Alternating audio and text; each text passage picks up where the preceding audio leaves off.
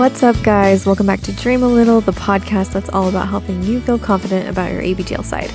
This week, we've got Hans on the show to share his experience with opening up about ABGL to his best friend and now wife. So we're going to get his take on whether or not he thinks it's fulfilling to be in a relationship with someone who accepts but doesn't want to participate in your kink. And I feel like this is definitely a topic that hits home with a lot of you listening right now. And since you clicked on this episode, you probably want an answer. And the thing is, it really depends on your situation, your desires, and your unique relationship. I hear from all kinds of people here on the show. And of course, the answers vary person to person. Some people feel like their desires are suppressed because their partner doesn't want to participate. And then some people say that it doesn't make a huge difference. I can only speak for myself here, and so for those of you who are new to the show, I'm a lifelong ABGL and my partner TK is not. Our solution is consensual non-monogamy. So while we are each other's primary partners and we live together, we both go and explore our kinks separately with other partners a few times a year, and that's something that helps us both scratch that itch while staying together.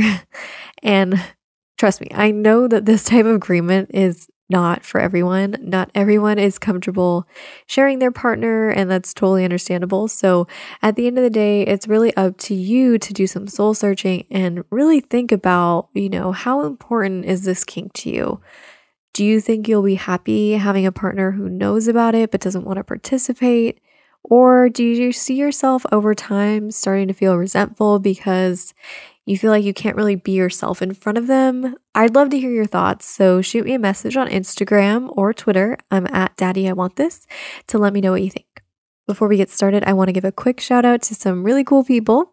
If you didn't already know, I have a membership site where I create weekly nurturing mommy role plays. So if you need a little bit of help getting into little space when you're by yourself, be sure to check those out. I have so much fun writing and recording these scenarios, and most of the time the seeds are inspired by interactions with my little. With that being said, I want to give a big thank you to Sammy, Brian, Adara, Tyler, Michael, Little Fox, Cameron, Sum, Mike, DJ, Thomas, John, and Timothy. We have over 600 members on the site, and I'm so excited to welcome you guys. If you want to hear a sample of one of my audio role plays, be sure to head over to thelittlelounge.com/178. That's thelittlelounge.com/178. That's also where you'll find links to our guest Hans' social media. All right, I'm not going to make you wait any longer. Let's get started. Hello, Hans. How's it going? Hello, I'm good, thanks. So good to have you here, and I'm really excited to get to know you a little bit better.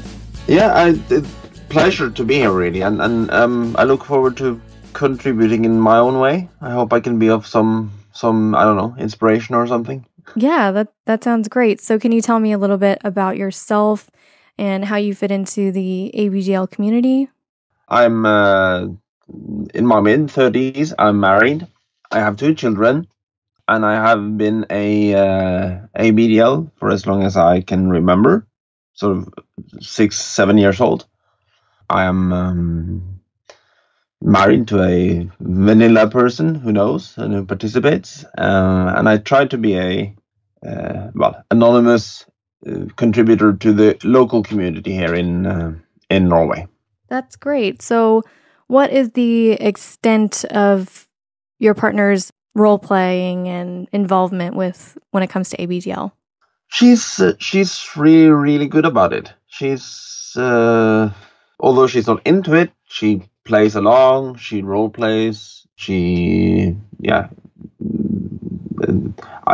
it's been a sort of slow progression thing. So whenever I have weird new ideas, we'll talk about it, and she'll think about it, and quite often she'll agree to try it. You must be very comfortable with her and talking if you're really open. You say that as if it comes easy for you, which I know for a lot of people it's not to ask for sometimes silly things. Yeah, well, we are super open with each other. We talk a lot about everything, and especially about these things. And I think that sort of openness and trust in each other makes it a lot easier. But it can still be quite awkward when I'm sort of thinking about something, but she can tell because my heart starts pounding and my heart rate goes up, and she'll if she's lying next to me or her head is on my chest or something, she'll go, "What you're thinking about now?" And she knows my body language and how that works. So and then I have to come clean with it anyway. It's nice that you have someone to encourage you to spit it out. Yeah. Okay, I have so many questions. So, how far into dating did you tell her about all of this? About 5 days, I guess. Well, I think that's a record. Oh wow! My reasoning is that it's such an important part of me that if it's not okay, it's not gonna work, and then I don't want to spend the time on it. Okay. We'd like known that. each other for a few years beforehand. We went to school together, and everybody was sort of saying, "Oh, it's gonna be them. It's gonna be them." And then, yeah, and we got together, and I thought, well, I just have to say something. I didn't. I only sort of told her about what it was, and this is me, and then we didn't talk about it for a couple of months. But at least she knew, and she wasn't scared off. So that I thought, okay, this is gonna be at least that part is not hasn't scared her away. Okay, so she needed it seems like she needed some time to kind of let that information soak in. What was her initial reaction though? Even though she wasn't obviously comfortable, trying things right away, was she pretty accepting? Yes, I would say so. So. When we got together, we were still living in another town where we went to school. And then there was this whole process of moving, and I was away for a couple of months on work, straight out of uni. So we had this kind of the start of our relationship was we were quite a lot away from each other. So it was a lot of text messaging and lots of emails. But we didn't really talk about it at all. She's on that night when I told her, she sort of said, okay, or I can't really remember the conversation, but she was fine with it. And then, yeah, maybe 4 or 5 months later, she asked the question in an email when I was away. What did she ask? Well, then she said, "Oh, you mentioned something about." I think I'd mentioned pacifiers and diapers, and that's what she asked about. You mentioned something about being into pacifiers and diapers. Can you tell me what this is and what's it about for you? Okay, so how do you explain something like that then? I don't know. I think you just have to say it the way it is. I think at the time I wasn't super. I mean, looking back at it now, I wasn't super aware of what it was either. In terms of, for me, I knew I liked being in diapers. I liked seeing other people in diapers, etc. But I never played with anyone. I never been together with anyone that accepted it. So this was whole new territory for me as well. So I think I just said sometimes I like to dress up as a little and to be a little and to feel little and to kind of try to explain that state of mind thing. And then also explain that this can also be a sexual thing, which I think for me at that time was the most important aspect of it. And I felt that I wouldn't be fair to her to hide that part of it, even though that was the part that sort of I was the most afraid to talk about, was the sexual part, because I thought if something's going to drive her away, it's going to be that. But she was quite accepting of that. Well, I commend you for your honesty. Was she the first person that you ever told about ABDL? No, she wasn't. Is it like a thing for you? Always on the day 5 that you just you complain about it? I mean, to be honest, I've only ever had 2 girlfriends. Okay. So I've told both of them, and the first one was sort of accepting as long as she wasn't involved in it. Okay. So I told her quite early on as well. I've told some of my best friends, actually. I lived together with a friend for a year, and I told him, and he was accepting. Wow. Which made living together a lot easier. Oh, because he would see some of the stuff that you would bring home and whatnot? Yeah.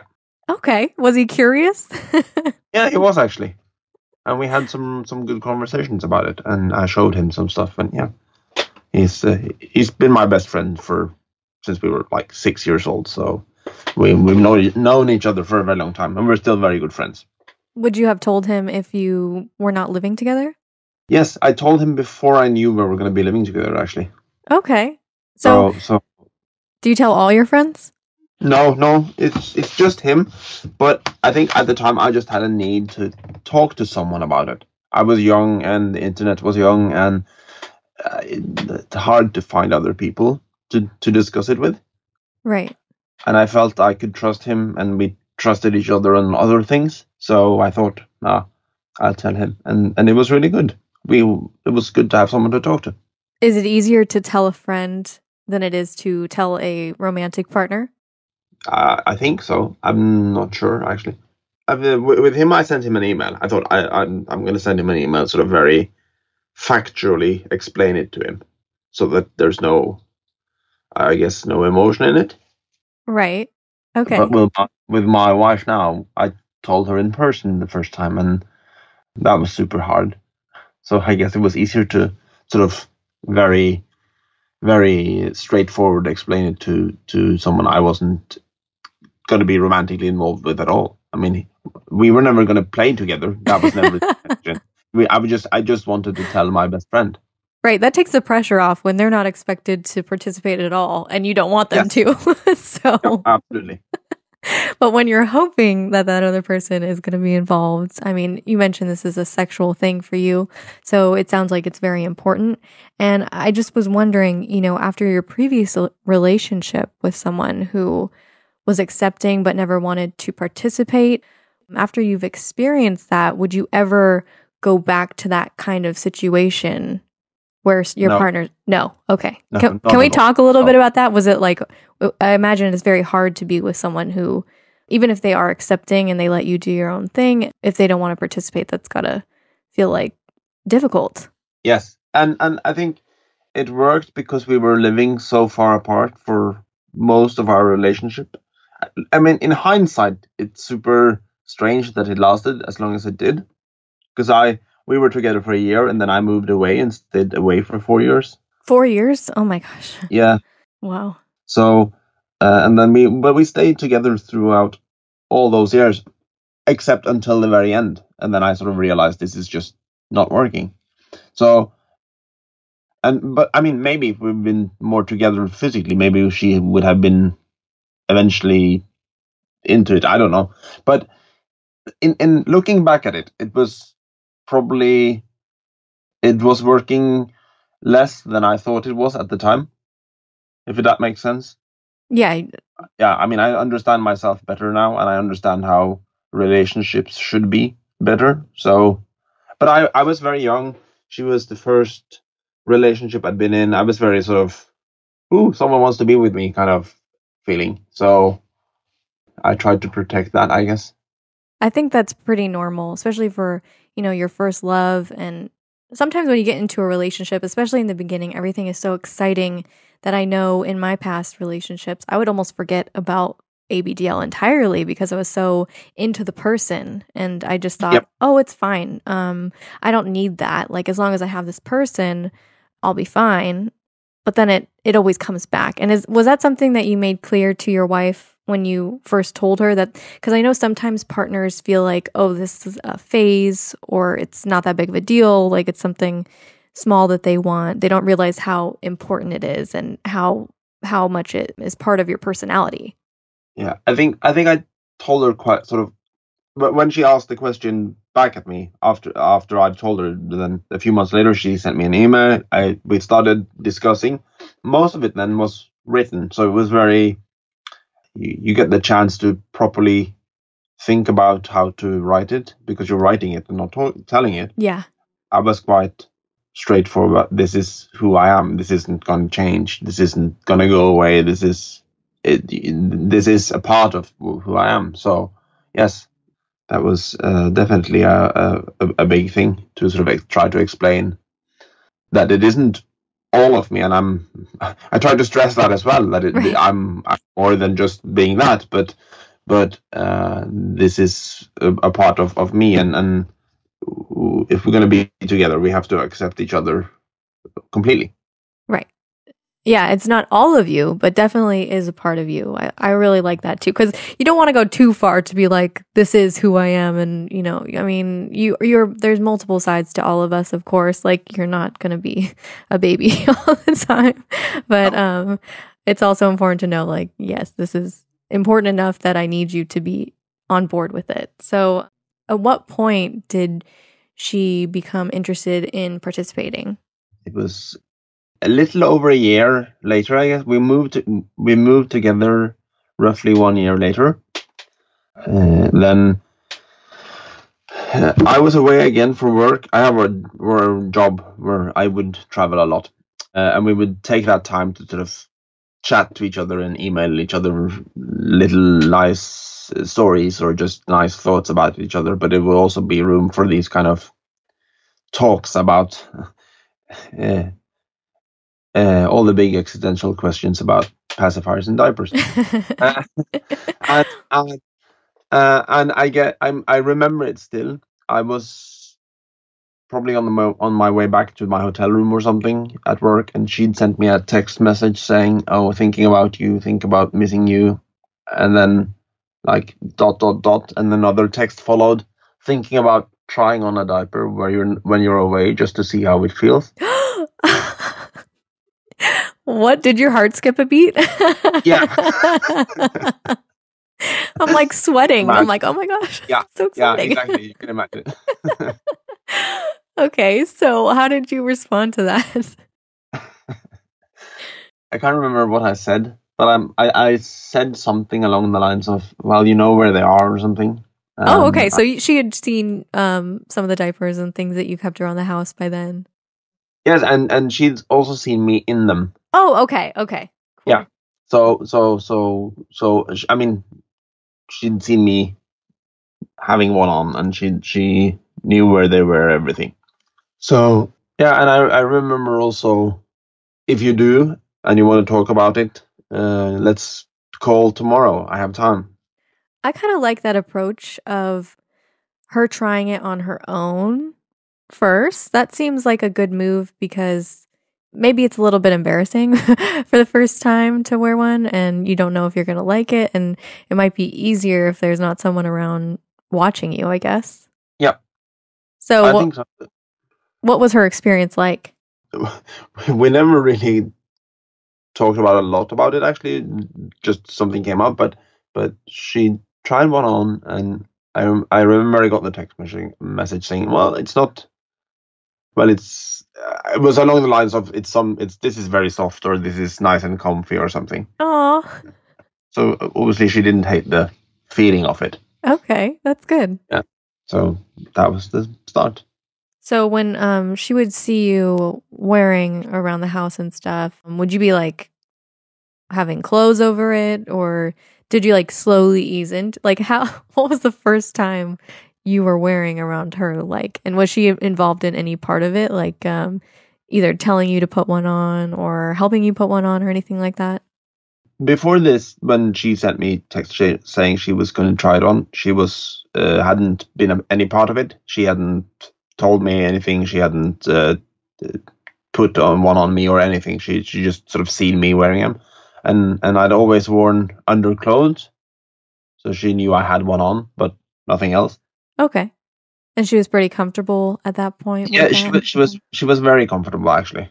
Okay, that was never a problem. I mean, she wanted it out of the way, like when we were sleeping, when we were in bed together, etc. Yeah. Yeah, but she didn't mind me wearing around the house, so that was sort of how it started. So there's like another side to you as well with which you hinted at with the pacifiers, which is, it seems like you have a little side as well. Well, I have a huge thing for pacifiers, so that's I have a collection. That's something that is a part of it, and it's also a separate thing, I guess. I can enjoy just having a pacifier. I'm not being a little, but I also enjoy being a little. So the pacifier, I guess, came at about the same time that we had some pacifiers in our bedside drawer, and I remember at some point she said, "If you want, we can take one out and try it." And that was about the same time that she had tried on a diaper. Okay, so we're slowly starting to introduce things, and it sounds like she didn't hate wearing a diaper herself. So are you also like a DL / like switch? So you enjoy seeing other people wearing as well? Yes. Okay. And for me, it's very fluid. I don't really know where one ends and one starts. So It has everything to do with it. You're into. yeah, and it can be so many things. It can be sexual. It can be comforting. It can be therapeutic. It can be so many things. So it depending on the situation and the context around, it can be very many things. Absolutely. And it's so different and personal for every person. So knowing that she's got this more vanilla side and this isn't really her thing, how often do you guys engage in role play, just like on a weekly or a monthly basis?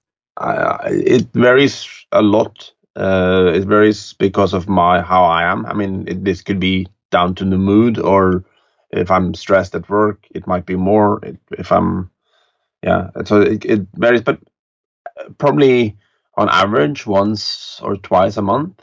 Oh, okay, cool. So that makes sense. But that's sort of our mutual thing, and then I mean, she works late, one day a week, and then when I put the kids to bed, I might sort of put on a diaper or something, and then when she comes home, she'll obviously find me wearing one, and that's fine, but it doesn't mean she necessarily engages with it. Right.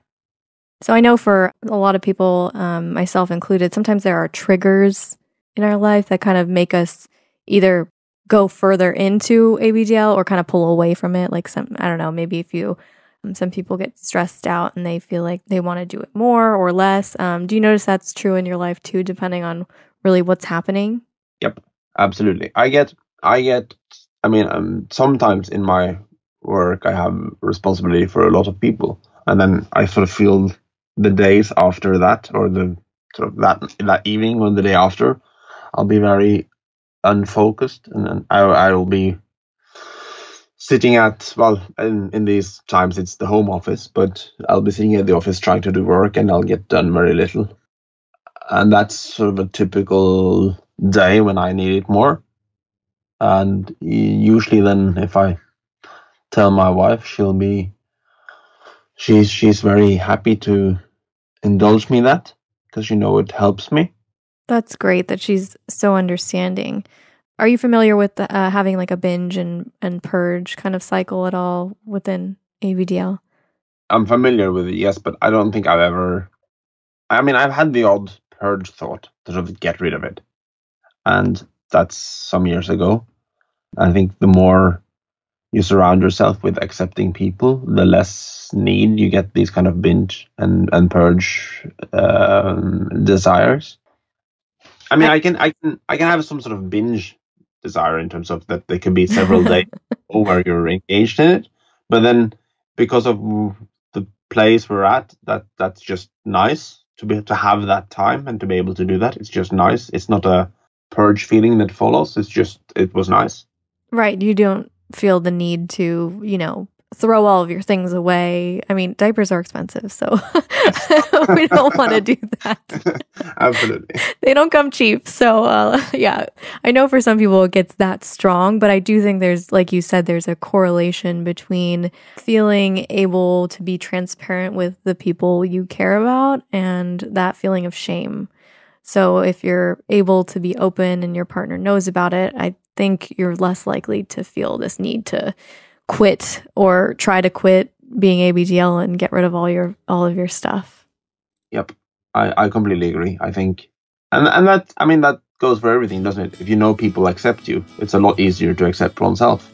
Absolutely, it's just like social validation and proof, and I'm sure you got that when you first told the first girl that you were with, and then also your friend. I mean, that's practice right there, and it's probably very validating when someone just hears you and says, okay, like that's what you're into, that's cool.